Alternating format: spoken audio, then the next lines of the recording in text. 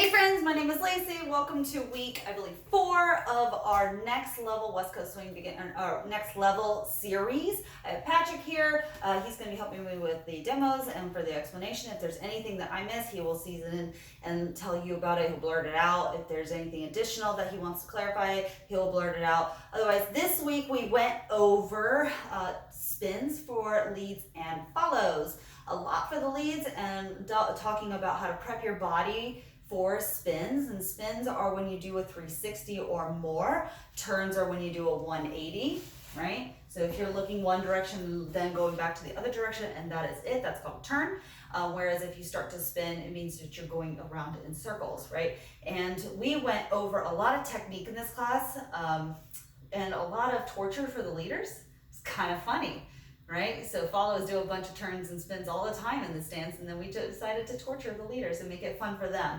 So the first thing we started off with is maybe the easiest one, doing a regular left side pass. So if we do a regular left side pass, you'll notice that when you get to maybe 4, there's a lot of momentum for the leader to start unraveling, right, and coming their body back in. Their natural body tendency is to start to rotate from this open position into a more closed position. That is like the natural tendency of your body movement. Now, if you're more intentional, you may stay open, you may go closed, but the natural momentum is that you're going to start to close, right? So we utilize that natural momentum to create a leader's turn, right, or leader's spin.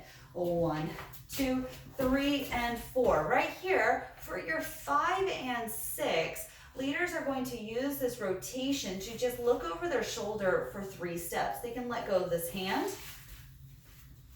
and find the connection. You have time. It's 2 whole beats and 3 whole steps. The technique behind that is you're looking over your shoulder that is available, that you're going over, so this is your left side, right? And you just step through.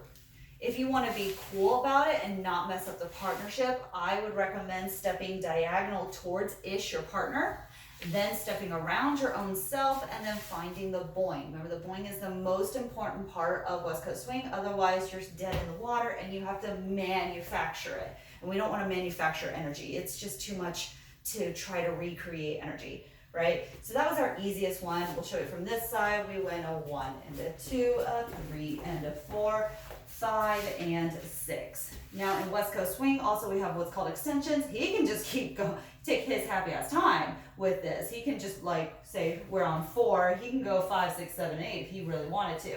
And then I can just be like weird over here. And then boing, right? That is absolutely valid. You can take your time, especially if you have a proprioception awareness issue, if you have vertigo issues, please take your time. It looks cool regardless. As long as you're looking like you got the swagger, you can look cool doing your turns and spins, right? Another one that we did was a right side underarm. Right side underarm, we went 1, 2, 3, pause, 4. Right now we have this momentum of the hand is still lifted, and you notice that his body is open, and so the natural tendency of what your body's going to want to do is reset. This hand is lifted, so you're wanting to reset into your own body. That's what Americans, our bodies are wanting to collapse. So utilizing that beautiful momentum, walk under your own wrist, leaders. If it makes you feel comfortable, you can flip that palm so that it's like a pizza shape, like you're holding up the pizza. Well, maybe backwards, but the key here is to walk under your own wrist. If you start to walk under your own arm, or you start to go towards the follower's arm, that ruins the connection and you can't even get under there.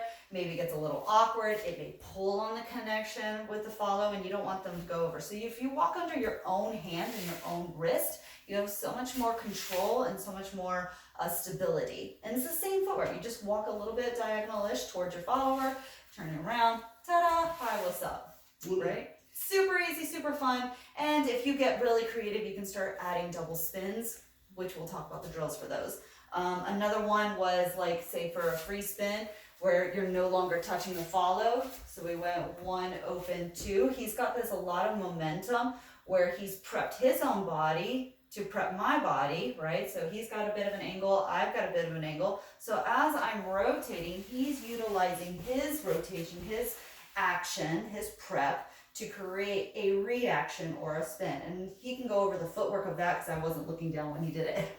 Yep. So from the back view, you can see it really well. So you're going to go 1, prep, 2, And when you're doing this spin, you're stepping back across this way. So you're going to go 3 and 4, 5 and 6. It's not big steps. It's very in place when you cross over. It's very in place and keep it underneath